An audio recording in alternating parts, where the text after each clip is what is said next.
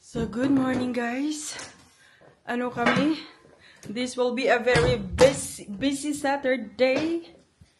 Mag-ano kami, groceries for New Year's Eve, first Christmas Eve, first Christmas Day, second Christmas Day, at saka New Year. Kaya malaking ano to. Super ka-busy. So, asan na ba yung basilin ko? So, ayan. Punta kami ng Sligro. So, yun ang ating agenda for today. Ayan yung ano. Have you had Vaselina gezien? Okay. Hanap tayo ng champagne for 31. Ito yung gusto ko. Or itong white ng Moet Chandon. Ito tayo sa Wagyu beef. Gusto ko talaga siyang i-try. Nandito ako ngayon sa vegetables thing. Yan yung gusto ko. Gusto ko na mga may kulay ba? Magandang kulay. Para maganda sa plating. At ito, kasi ito yung may kulay siya. Ito naman kasi ano, meron. Pero di ko sure, pero parang ano na siya ba? Malambot. Parang hindi na siya, ano, ito yung parang fresh pa. Pero di ko sure kung anong kulay ang loob. So, yan ang aking ano, mga ano nila. Meron silang mga fruits dito. Passion fruit. Yan. Ito yung ito.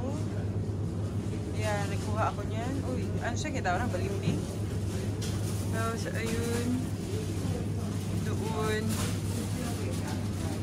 Dito meron silang konting exotic fruits. Ito na yung nasa cart natin. Just ko, mahal ng ating boats kapa, ng ating groceries. Nakarating na tayo ng bahay galing sa groceries. Bumili ako nito para sa, ano, sa, tawag doon, champagne. At ito yung ating mga na-groceries talos. Mga vegetables. Vegetables. And kasi itong grocery na to, it's for 24, 25, 26, at saka 31, at saka 1.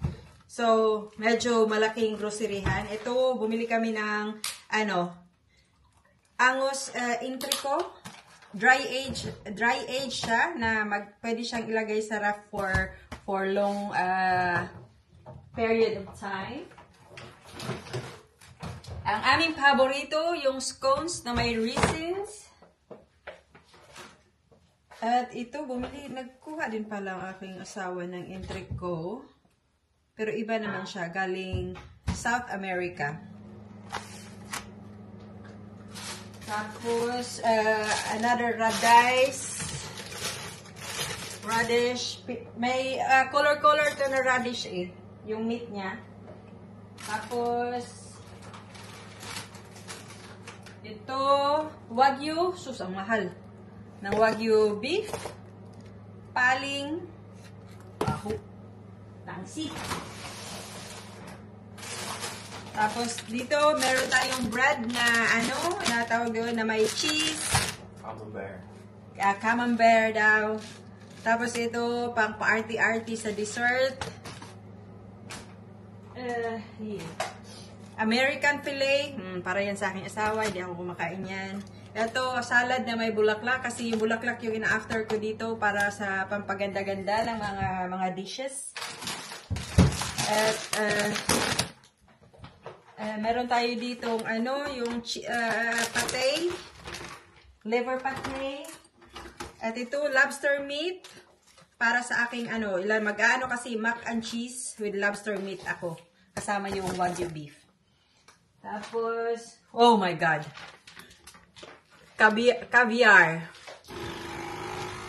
Ang mahal. Yan yung, oh my goodness. Mahal-mahalay siya. Pero, yeah, ito, antipasti. At ang star ng ating Christmas Eve, turkey. At bumili din ako ng yung pang na ba, yung may na siya, butter na para dito sa ating sa ating turkey. Normal na butter. At ang ating bubbles for Christmas, champagne. Meron din ako muscato kasi di naman ako masyado sa champagne. So, at meron din ako dito dessert, iba-ibang dessert na galing para hindi na papagandahin na lang ba, hindi na ako gagawa ng dessert. Ito mochi glaze. Tapos ito Scott, kunya din sa in the deep freeze ako.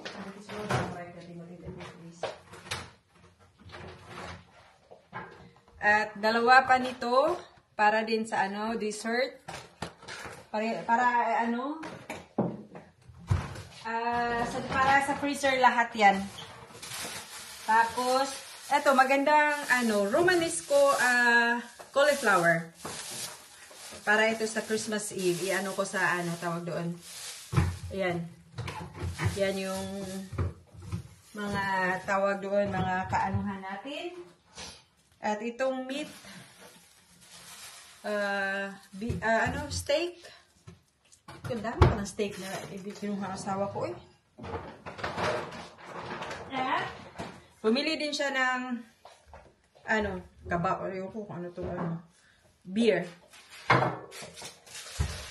So, mostly ng grocery para sa holidays is okay na siya. Yung mga drinks na lang, mga konting, groceries na lang. So, ang aking So, ayan. So, ngayon, itatabi na lahat. Ko ang aking asawa kasi baka mamaya magkamali siya. So, kailangan ko siyang i-guide kung saan ilalagay. So, ipiprep na natin ang ating turkey. Ito yung ating mga ilalagay. Ito, butter to. Na may na siya, yung tawag doon. Flavored butter. Tapos, orange at saka dalawang lemon at onion. Ito, parsley at saka thyme. So, yan lang ang ating mga ingredients. Magkukwento ba? Kung ano yung mga namimiss sa atin, mga pagkain namimiss sa Pilipinas, ano yung mga tradisyon nyo. Kasi ako lumaki kasi akong wala talagang, masasabing pagkain talaga na hinahanda sa Pasko. Kasi wala kami, talaga ba? Ang hirap. walang tawag doon, walang maihan, ang lang talaga is, yung may ulam, yun talaga yung may ulam na kami Christmas Eve. Pinaka-excited ako yung, 25 ng umaga. Kasi di ba yung mga kapitbahay namimigay, yung mga mag-exchange ng mga tapos pinaka-excited ako sa spaghetti at saka fruit salad. Yun talaga yung bahala na yun. Yun yung childhood Pasko ko. Yung tawag doon.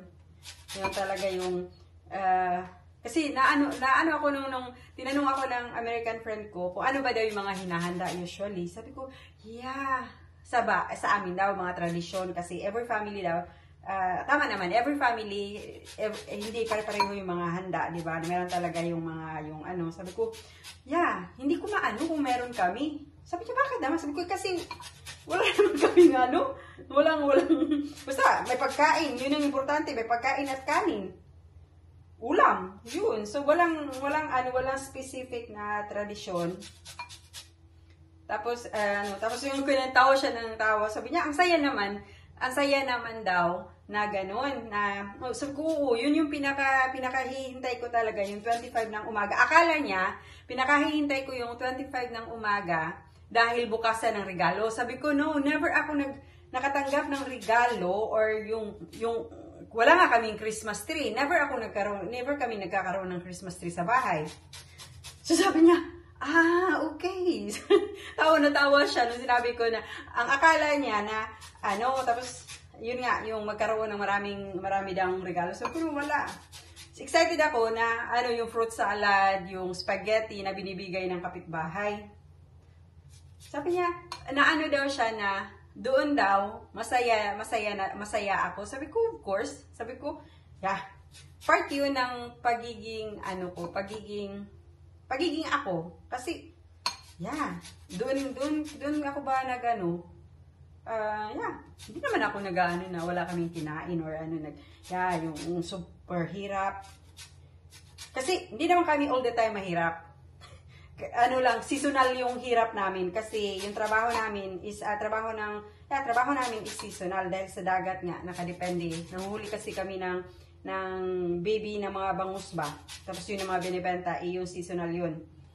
So yun yung pero tapos yun pa yung isa ko pa bang pinakagusto doon before, yung nadidisappoint talaga ako pag hindi yun na nangyayari.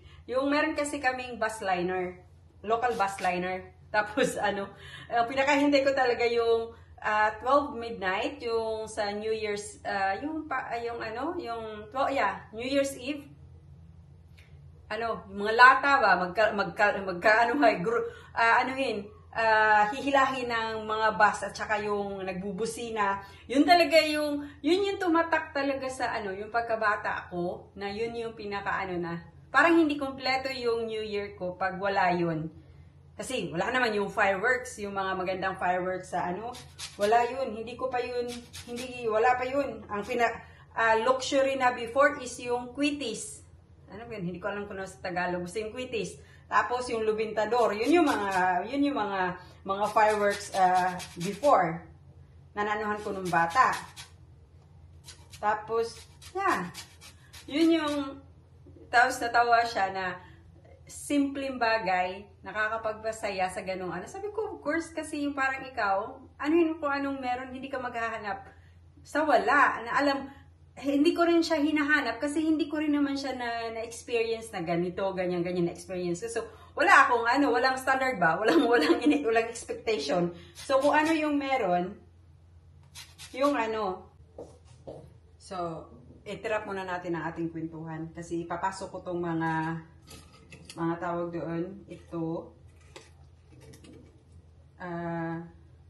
lemon, thyme, ilaline ko lang siya sa kasi last ko na yung gawin yung butter.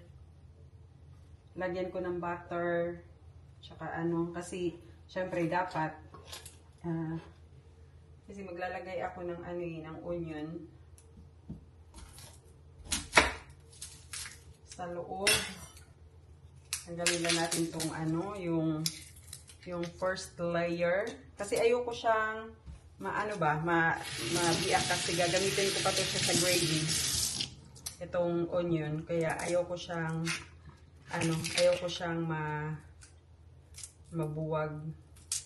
So dapat ito lang ang ayoko siyang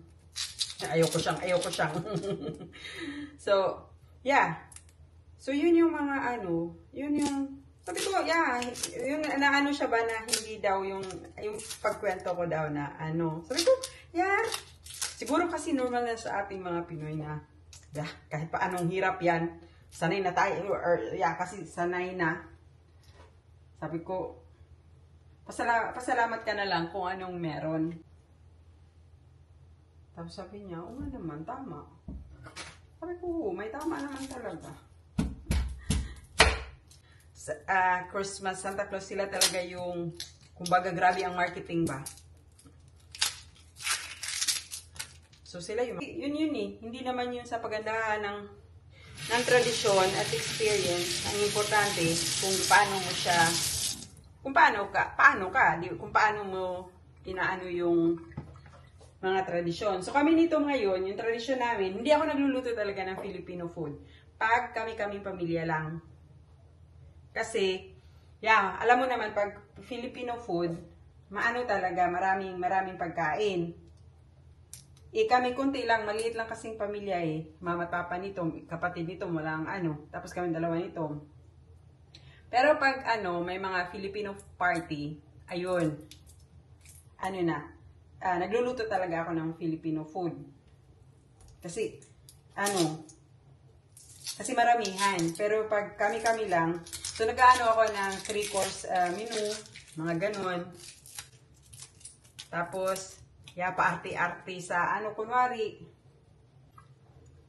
So, tapusin lang to kasi mag-aano na ako ng tawag doon, maglalagay na ako ng butter sa skin. At kasi bukas ko pa naman to i-oven eh. So, ayan, mag-aano lang ako ng Peter Salie. Pasta na? Pero? Ito yung split. Yeah. Yeah.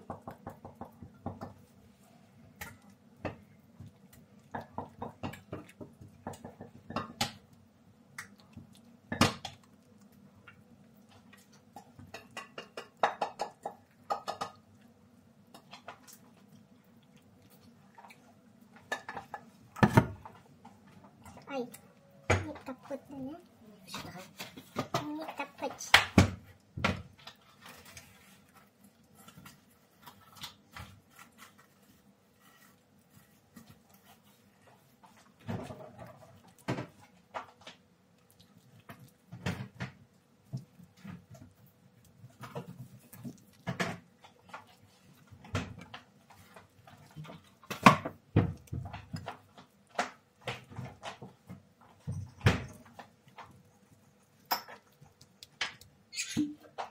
Okay, kunya di camera auto na siya.